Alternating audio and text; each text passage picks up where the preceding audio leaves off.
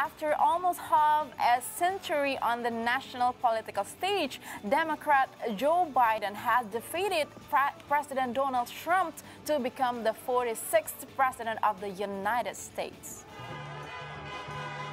Biden vanquished his Republican foe after a campaign as bitter and divisive as Trump's own presidential term. Victories in blue wall northern industrial states propelled Biden to the White House, where he will confront America's deep health, economic, and social ills.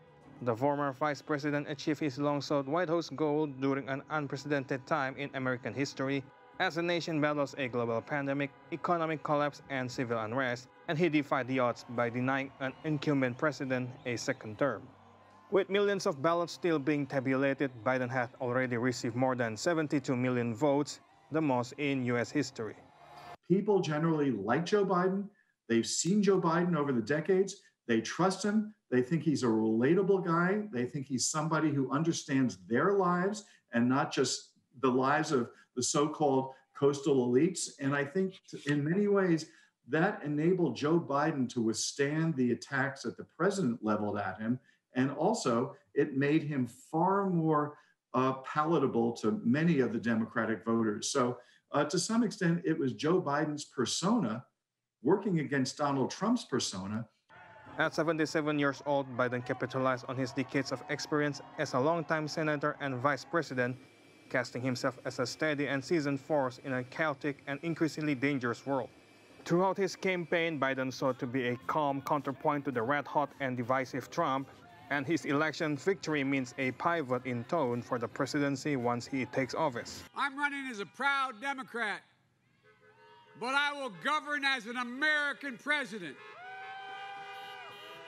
No red states, no blue states, just the United States. When Biden is inaugurated on January 20, 2021, he'll be 78 years old and the oldest person ever sworn in as president. He'll also be back in a very familiar White House territory after serving 2 terms as vice president under Barack Obama following that 2008 election.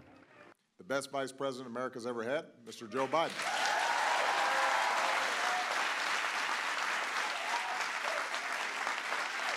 This also gives the internet one last chance to talk about our bromance. Obama and Biden became very close during their 8 years in office, with Obama once joking about their internet-obsessed bromance. Joe Biden has been preparing for this moment all of his life.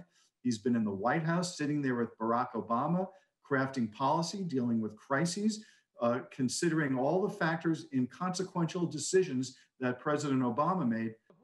Biden's long and storied path to the White House was marked in crushing personal tragedy. He was first elected to the Senate in 1972 at the age of 29. Just a month after he celebrated victory, his wife and baby daughter died in an accident when their car collided with a tractor trailer. Biden's 2 toddler sons, Boo and Hunter, were hospitalized, and it was in their hospital room that Biden was sworn in as senator for the very first time. In February 1988, just months after he ended his first presidential bid, Biden suffered 2 life-threatening brain aneurysms. Doctors at the time told him a White House campaign may have killed him. In May of 2015, Biden's world ground to a halt when his oldest son, Boo Biden, died of brain cancer. That death put Biden's political career on hold, leaving many unsure whether he would ever return. Years later, Biden embraces his tragic history, telling Americans it helped him pave a path forward and find purpose. I know how mean and cruel and unfair life can be sometimes. But I've learned 2 things. First, your loved one may have left this earth, but they'll never leave your heart. They'll always be with you. You'll always hear them. And second, I found the best way through pain and loss and grief is to find purpose. Over 6 terms in the Senate, Biden rose in the ranks to chair the Senate's Judiciary and Foreign Relations Committees, developing broad expertise in global affairs and presiding over contentious Supreme Court confirmation hearings.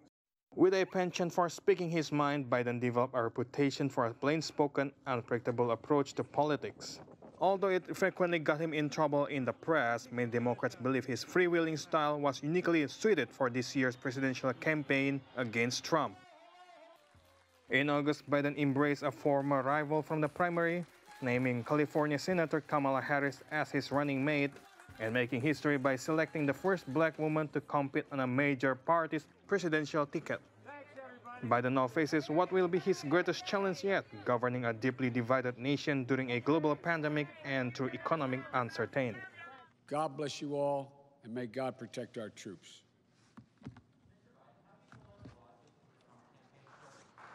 Thank you.